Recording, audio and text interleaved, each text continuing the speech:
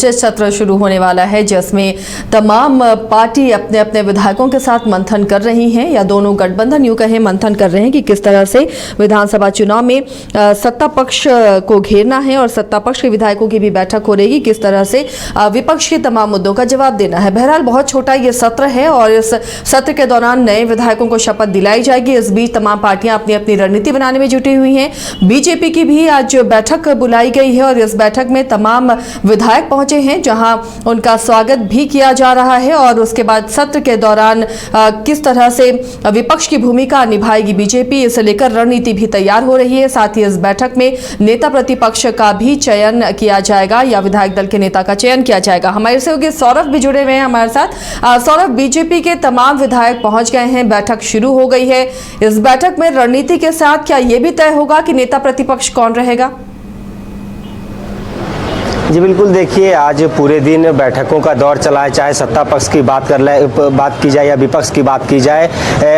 India गठबंधन की तमाम विधायक सीएम हाउस में बैठक के जो विशेष सत्र आहूत किए गए हैं, नए सरकार को लेकर 9 से 12 तक चलने वाली विशेष सत्र में किस प्रकार से रणनीति बनाए जाएंगी, क्या कुछ वहाँ पे होने वाली है। लेकिन कुछ खास कह सकते हैं कि ये विशेष सत्र में नहीं होने वाला है। ये जो नए विधायक हैं उनको शपथ दिलाई जाएगी, इसके बाद राज्यपाल का अभिभाषण होना है, धन्यवाद प्रस्ताव और अनुपूरक बजट जो पर चर्चा की जाएगी, जिसको लेकर चर्चाएं की जाएंगी। अब इसी क्रम में भाजपा प्रदेश कार्यालय में विधायक दल की बैठक बुलाई गई है। प्रदेश अध्यक्ष बाबूलाल मरांडी के नेतृत्व में ये बैठक शुरू हुई है और भाजपा के जो विधायक है वो यहाँ पहुंचे हैं और किस प्रकार से ये जो 4 दिवसीय विशेष सत्र आहूत किए गए हैं नई सरकार में, तो इसको लेकर चर्चा की जाएंगी कि किस प्रकार से स्ट्रैटेजी होने वाली है बीजेपी की। इसके साथ ही यदि नेता प्रतिपक्ष की बात आपने जिस प्रकार से कही है, तो फिलहाल इसके ऊपर संशय बरकरार है और कयास यह लगाए जा रहे हैं कि भाजपा बिना नेता प्रतिपक्ष के सदन पहुंचने वाली है विशेष सत्र में। इसके बाद जो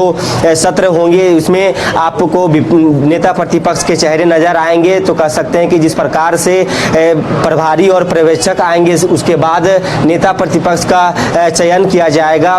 उसके बाद चीजें स्पष्ट हो पाएंगी कि जो 21 विधायक भाजपा के जीत के आए हैं उनमें से नेता प्रतिपक्ष का चेहरा कौन होते हैं। तो इस नेता प्रतिपक्ष को लेकर फिलहाल संशय बरकरार है और ये जो विधायक दल की बैठक बुलाई गई है, ये विशेष सत्र जो नई सरकार में होनी है 9 से 12 तक, इसको लेकर चर्चा की जाएंगी। आखिर विशेष सत्र में क्या कुछ होंगे, किस प्रकार से बीजेपी अपनी बातों को वहां पर रखेगी और किस प्रकार से 5 सालों में क्या कुछ स्टैंड होने वाला है, विपक्ष की क्या भूमिका होगी, किस प्रकार से विपक्ष के तौर पर भाजपा की स्ट्रैटेजी होने वाली है। तो इन सब चीज़ों को लेकर चर्चा होगी और नेता प्रतिपक्ष को लेकर संशय फिलहाल बरकरार है। देखना यह काफ़ी अहम होगा कि आखिर वो कौन सा नाम होते हैं जो नेता प्रतिपक्ष के आसन पर विराजमान होते हैं, क्योंकि पूर्व में जो नेता प्रतिपक्ष भाजपा की ओर से थे अमर कुमार बावरी, उन्होंने चुनाव हार गए हैं। उसके बाद ही कह सकते हैं कि कुछ नाम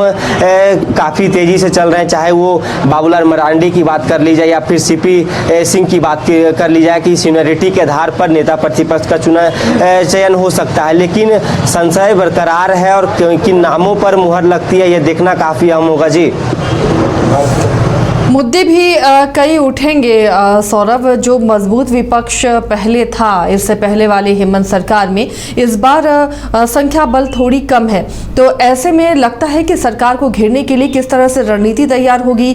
नेता प्रतिपक्ष कौन ऐसा चेहरा हो सकता है जो विधानसभा में पूरी तरीके से सरकार को या सत्ता पक्ष को घेरने के लिए तैयार दिखे, मुखर हो?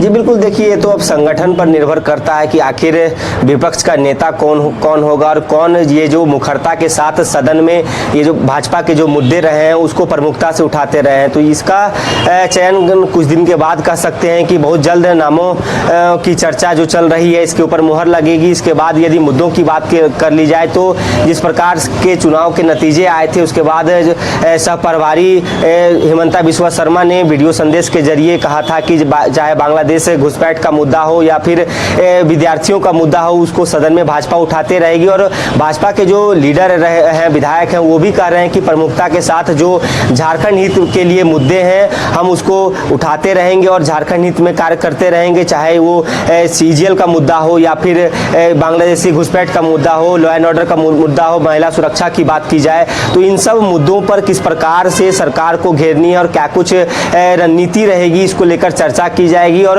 विपक्ष की किस प्रकार से भूमिका होने वाली है, विपक्ष आखिर कौन से मुद्दे लेकर जो सत्र बुलाए जाएंगे, चाहे बजट सत्र की बात कर ली जाए, फिर आगे जो सत्र होनी है, इन सब सत्र में क्या कुछ स्ट्रैटेजी होने वाली है, इसको लेकर चर्चा होगी। फिलहाल विशेष सत्र की यदि बात की जाए तो 4 दिवसीय ये जो विशेष सत्र आहूत किए गए हैं, इनमें कुछ ज़्यादा नहीं कह सकते हैं होने वाली है, जिस पर विधायकों को सिर्फ शपथ दिलाई जाएगी, राज्यपाल का अभिभाषण है, अध्यक्ष का चयन हो जाएगा, फिर इसके बाद धन्यवाद प्रस्ताव हैं, अनुपूरक बजट पर भी थोड़ी बहुत चर्चा हो सकती है। इसी को लेकर तमाम कह सकते हैं कि सत्ता पक्ष की बैठक तो संपन्न हो गई, उसके बाद विपक्ष का बैठक शुरू हुआ है और कल से जो विशेष सत्र आहूत किए गए हैं, इसको लेकर रणनीति बनाई जाएगी।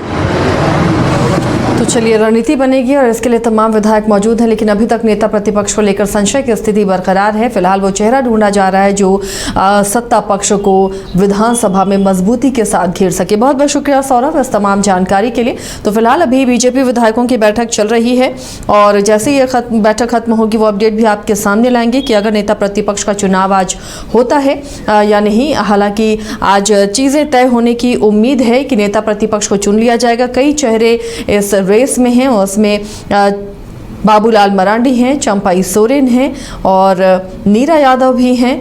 तो इन तमाम चेहरों में से सीपी सिंह भी है। तो कौन सा वो चेहरा होगा जो नेता प्रतिपक्ष की भूमिका में इस बार आपको झारखंड विधानसभा में नजर आएगा, वो तस्वीर भी साफ हो जाएगी।